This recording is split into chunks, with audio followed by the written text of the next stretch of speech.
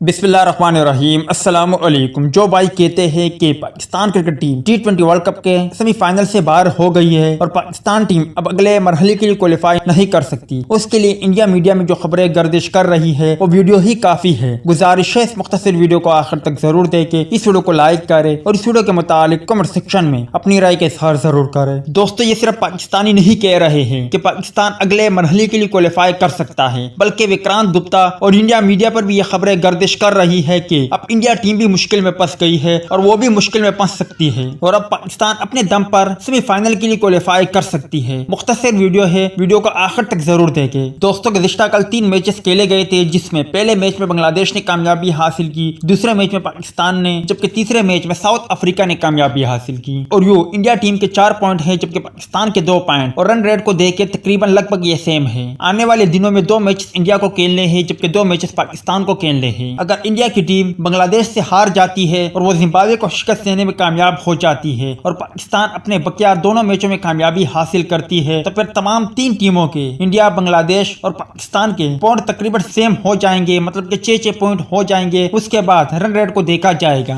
क्योंकि run rate भी पाकिस्तान के लिए मसला नहीं है और रन रेट में भी पाकिस्तान क्रिकेट टीम आगे जा सकती है, जिस पर इंडिया मीडिया हैरान है कि कहीं ऐसा ना हो कि पाकिस्तान को बाहर करने के चक्कर में इंडिया की टीम बाहर हो जाए। आप इस पर क्या कहेंगे? क्या आप भी यही कहते हो कि पाकिस्तान का सफर तमाम हो गया? क्या अब भी पाकिस्तान के पास मौका है?